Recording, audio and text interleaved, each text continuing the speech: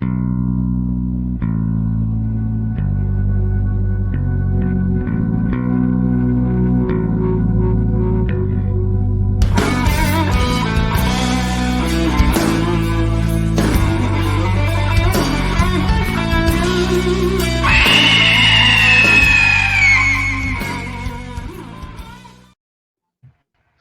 everybody, welcome to another edition of Shit Your Pants Wednesday. I am your host, Matt Sunner, and I am joined as always by my good friend, Mr. Danny J. Danny, how's it going this morning? What's going on, everybody? It's Shit Your Pants Wednesday. Glad you returned. Hit that subscribe button down below, hit the notification bell, leave us some comments, and be prepared to shit yourself because we have some great movies for you to shit yourself too.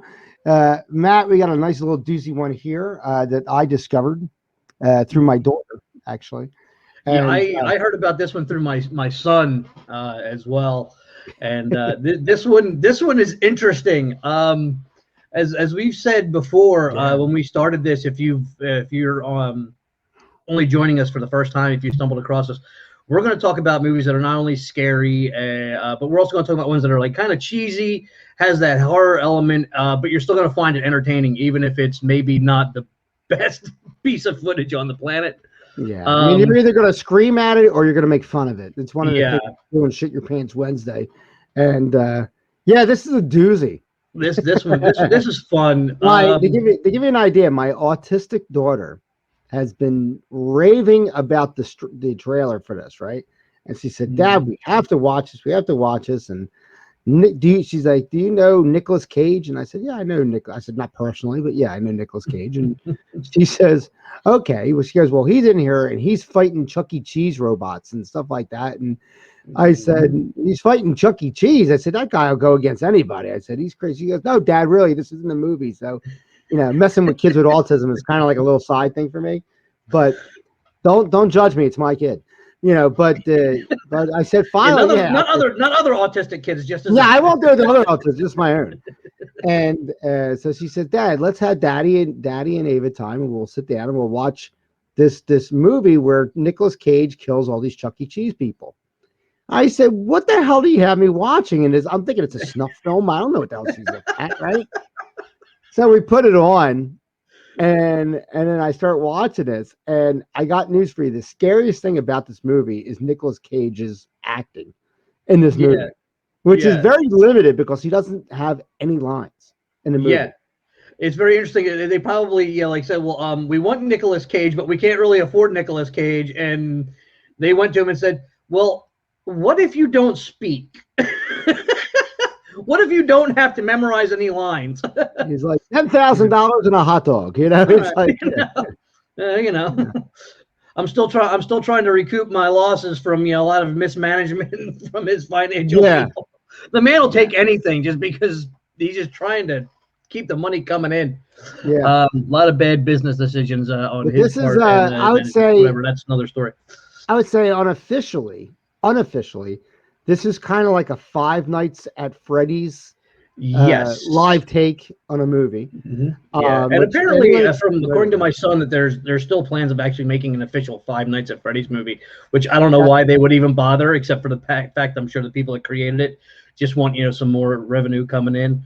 But yeah, these people definitely. And I don't think this definitely was a Five Nights at Freddy's movie. No, I think they stole the concept. Yeah, they just stole the concept. Yeah. So I mean, because again, too, the Five Nights at Freddy's game. If anybody who's not familiar with it, it was I think it actually started out as an app, either on the phone or either way, it was an online computer game. And it's your premise is these are possessed animatronic figures at a kid's pizza party place, and they come alive at night, and you're a security guard, and you're trying to just basically survive the night, kind of thing. But the premise behind this one, they go a little more involved. The general plot is they actually tell you how these things are possessed. Apparently, the guy that opened the place was a homicidal pedophile, and he would lure these families into the happy birthday room, whatever it was, for like a private party, and basically kill the entire family. and he staffed the place with other homicidal, pedophile type. Because you know these well. people, you're on like a forum or something. You know what I Yeah, mean? Like, you know, so that's and when the police find out what's coming in, you know, they could try taking them down. They can do some sort of satanic ritual and commit suicide, and their spirits then inhabit all the animatronics. So right now, what we did was we plagiarized Five Nights at Freddy's and Chucky so far in the Yes, movie. Okay, so we've yes, done that. we've done that. And then the town, apparently what happens is these animatronic possessed robots, right, somehow get out of the place, and you don't see this, you hear this in the storytelling Yes, of they do what's they do they happening. do it they do a flashback Yeah, to kind of narrative. catch everybody up, because nobody knows what the fuck we're doing with this movie, right?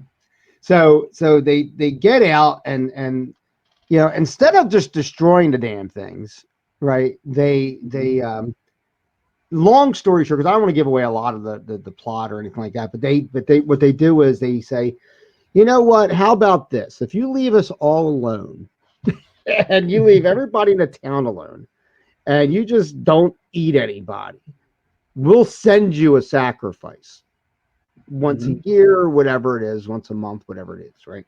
So the whole town is in cahoots, and that's an old word, but the whole town is in cahoots to lure strangers into the town, and they have a whole system down on how they do it. It includes Yeah, the mechanic.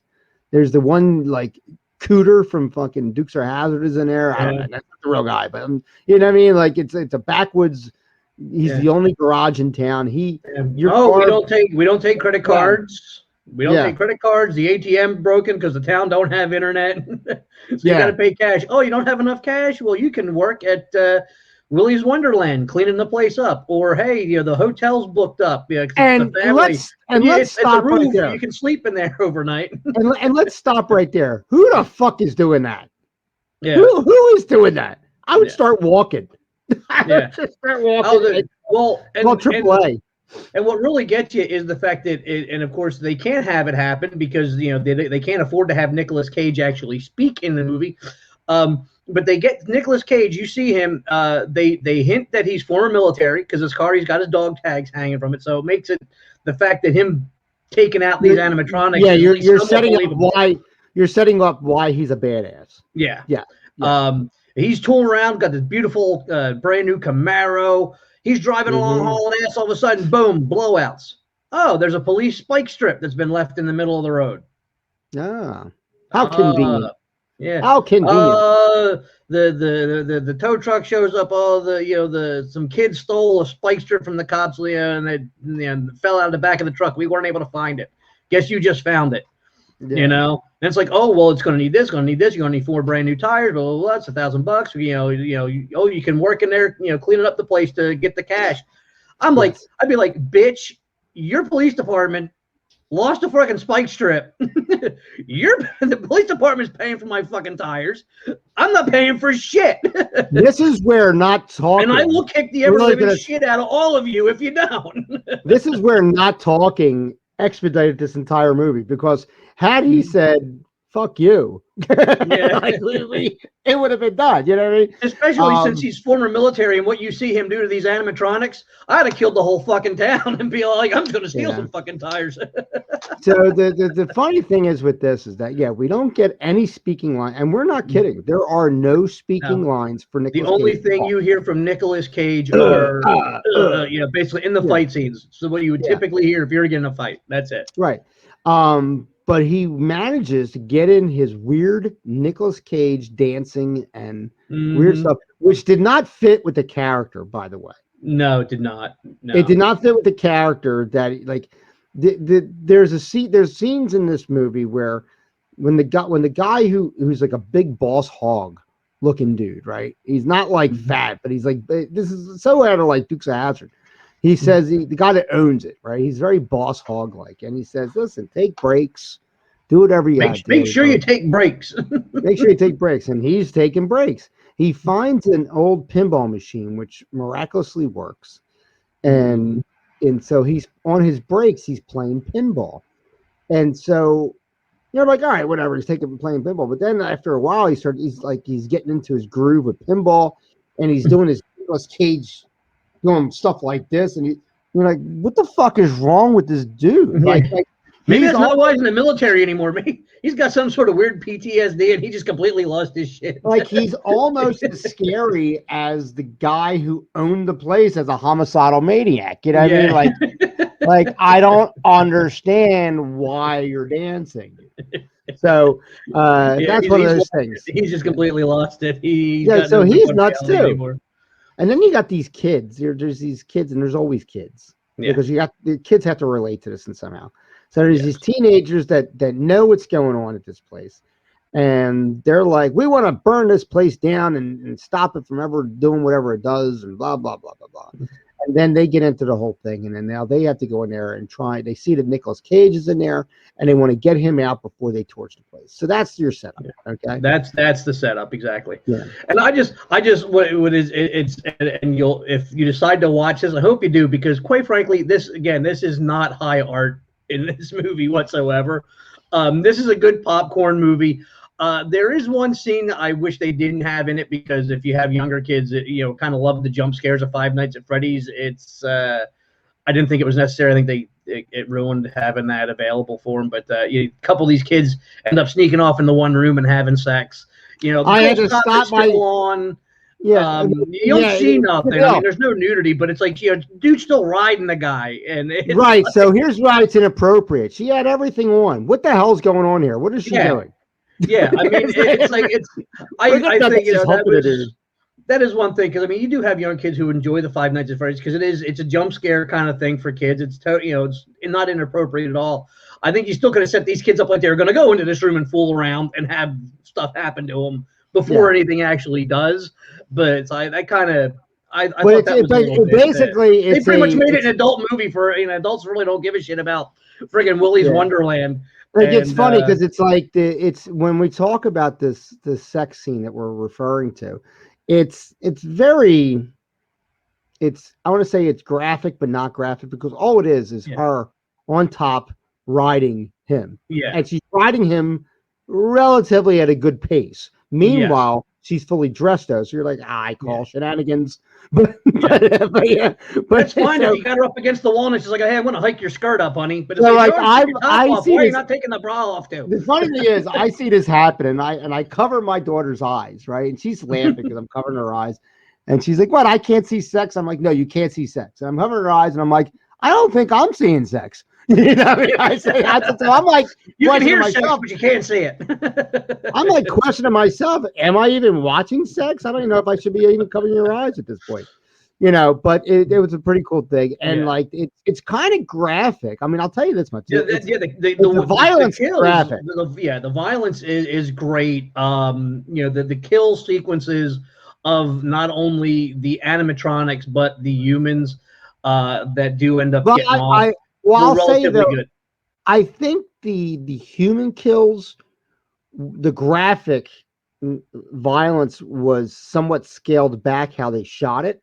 Yes. In comparison to the robots, because the robots, like if he rips a head off, right, like oil comes out, so you're getting the same impression, but you're not seeing some disgusting thing where it's blood or something like that, because it's a robot. So there's wires sticking out and there's oil shooting out, so you get that kind of thing, right? Yeah. Whereas with the human kills, the camera work, it's like like it's only for a split second. It's almost like a strobe light in a sense. Yeah. Where it's a strobe effect where there's a and you'll see some blood, but that's about it. But it'll be more like, oh, there's blood on the wall, you know. So they kind of did it like that too. So it really, if there's an impalement, it's just suddenly there's blood around the wound, like soaking through the shirt. It's not like it's just whatever. But it was cool. Yeah. So I mean, it's an enjoyable movie. It's definitely enjoyable. Yeah, I would say. What would you say? What would the minimum age for this movie be? I'd say 12. Yeah, depending upon how you feel. Again, I think we really put out there as far as the sex scene. Again, there's no nudity, so depending upon how comfortable you are having your kids in the room, either while they hear it or can see it. Like I said, if you just want to cover their eyes, whatever, say, hey, avert your gaze, whatever. And understand that out there, but and understand that the sex scene is literally the girl riding the guy, Exactly. and then being distracted because she hears something. Exactly. So it's not it's not a sex scene. This is happening, and what was that?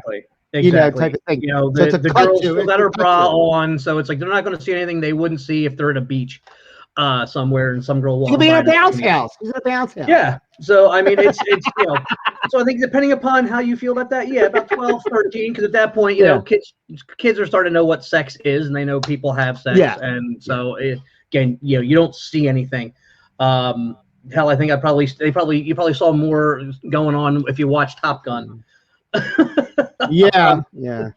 I mean, I can honestly say I got through it. It's kind of the writing is kind of dumb, and I think that's the premise of like what a Five Nights at Freddy's movie would be like too. So, the premise of Five Nights at Freddy's to me is dumb anyway.